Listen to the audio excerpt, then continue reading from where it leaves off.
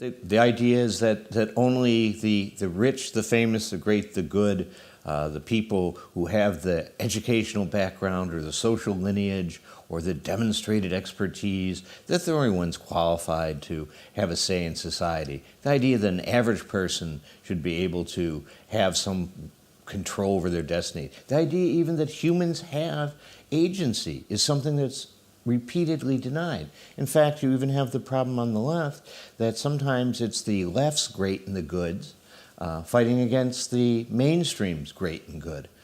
And both cases often ignore, well, how did the people influence this? You know, any one person might have had peculiar views. Maybe the people as a whole had peculiar views.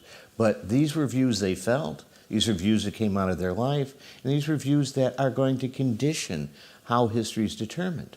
And when I think of people's history, I don't think of the people being paraded as a sort of show curtain for some dictator being, impressed into going to mass rallies or being forced to do things or bribed or things like that. I'm talking when the people spontaneously respond and feel that they need to express themselves, against a war, against a government, for whatever policies that they're either opposed to or they're promoting, the Chartist movement, demanding the right to vote. All those things, those are examples of real people's agency, people's history.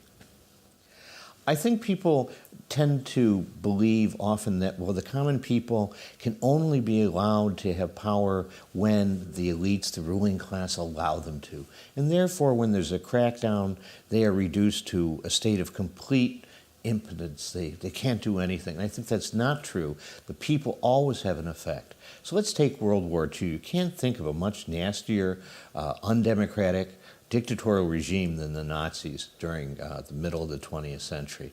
But even then, the people were able to have influence.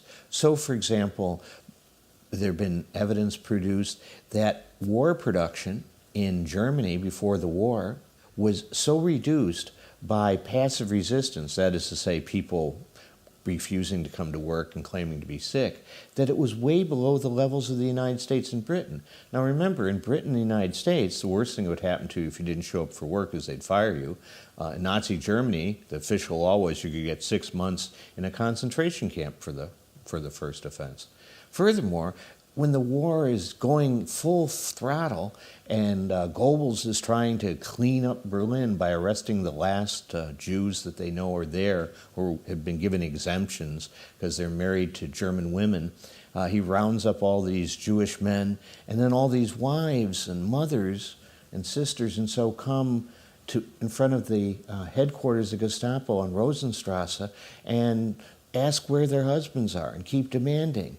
And they tell them all to go away, but more come every day, including people who obviously don't have men inside. And so they send up an armored car who shoots above all the women and they scatter. And Goebbels thinks that's the end of it. The next day, like twice as many women come.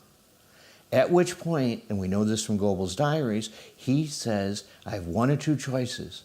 I can slaughter unarmed German women in downtown Berlin, or I have to let these Jews go.